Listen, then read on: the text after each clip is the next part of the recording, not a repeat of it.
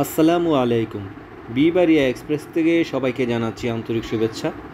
আশা করি যে যেখানে আছেন আল্লাহর রহমতে ভালো আছেন। আজকে আপনাদেরকে একটি নতুন গ্রামের রাস্তা দেখানোর চেষ্টা করব। আমি আজকে যে রাস্তাটি আপনাদেরকে দেখাচ্ছি সেটা হচ্ছে ব্রাহ্মণবাড়িয়া জেলার আশুগঞ্জ উপজেলার তাল শহরের পার্শ্ববর্তী গ্রাম।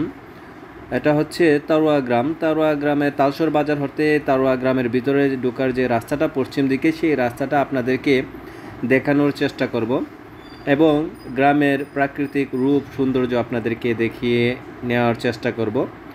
আশা করি ভিডিওর শেষ পর্যন্ত আপনারা আমার সাথে থাকবেন, এই ভিডিওটা দেখবেন এবং গ্রামের প্রাকৃতিক সৌন্দর্যটা আপনারা উপভোগ করবেন। যদিও আমি যে সময়টাতে এখন এদিক দিয়ে যাচ্ছি সেই সময়টা হচ্ছে গোধূলি লগ্ন, সন্ধ্যার আগ মুহূর্ত।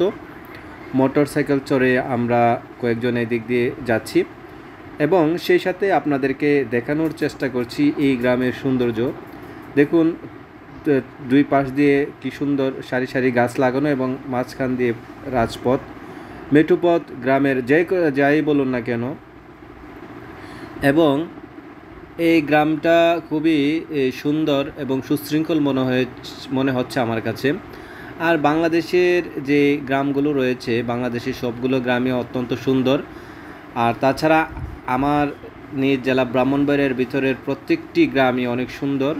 আমার নিজ জেলা বলে নয়, এমনিতে আমাদের ব্রাহ্মণবাড়িয়া এবং আমার ব্রাহ্মণবাড়িয়া গ্রামগুলো অনেক সুন্দর। ব্রাহ্মণবাড়িয়ার রূপ প্রকৃতি অনেক সুন্দর। আপনারা যে যেখান থেকে দেখছেন, অনেকে হয়তো দেশের বাহির থেকে দেখছেন, অনেকে হয়তো ব্রাহ্মণবাড়িয়া অঞ্চলের বাহির থেকে দেখছেন, অনেকের হয়তো বাড়ি আশুগঞ্জ এইদিকে, কিন্তু তারা বিভিন্ন কাজে অথবা বিভিন্ন কাজকর্মে ব্যস্ততা থাকার কারণে তারা গ্রামের বাহিরে রয়েছেন। তারা অবশ্যই তাদের এই গ্রামের রাস্তাগুলো দেখে চিনবেন এবং এই যে রাস্তাটাকে দেখে আপনার যে গ্রামের বাড়ির যে কথা এবং স্মৃতিগুলো আপনাদের চোখের সামনে ভেসে উঠবে, সেটাই আমি মনে করি।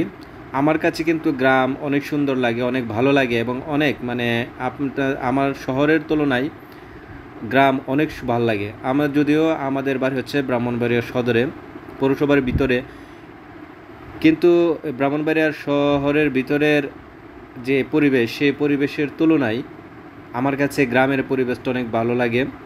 হ্যাঁ, আর জন্মস্থান হিসেবে তো অবশ্যই নিজ গ্রামকে ভালো লাগে। তাছাড়া আমার যে জেলা ব্রাহ্মণবাড়িয়া জেলা, আমি আমার জেলাকে কোনো সময় ভিন্নভাবে দেখি না। আমি আমার জেলাকে খুবই ভালোবাসি। এটা হচ্ছে আমার জন্মস্থান জেলা এবং এই জেলাকে নিয়ে আমি অত্যন্ত গর্ববোধ করি। দেখুন, সবুজ মাঠের পাশেই কিন্তু পিচ ডালা রাজপথ এবং এখন বাংলাদেশের মোটামুটি সবগুলা গ্রামের ভেতরে রাস্তাঘাটে মোটামুটি ভালো এবং চলার উপযুক্ত। অনেকগুলা জায়গা এখনও রয়েছে যে রাস্তাঘাট অনেক খারাপ, চলাফেরার অনুপযোগী। আস্তে আস্তে সবগুলোই ঠিক হয়ে যাবে, কিন্তু সময়ের ব্যাপার রয়েছে। সেই দিক দিয়ে বিবেচনা করলে আমি আজকে যে রাস্তা দিয়ে যাচ্ছি সেই রাস্তাটা অনেক সুন্দর এবং সাবলীল।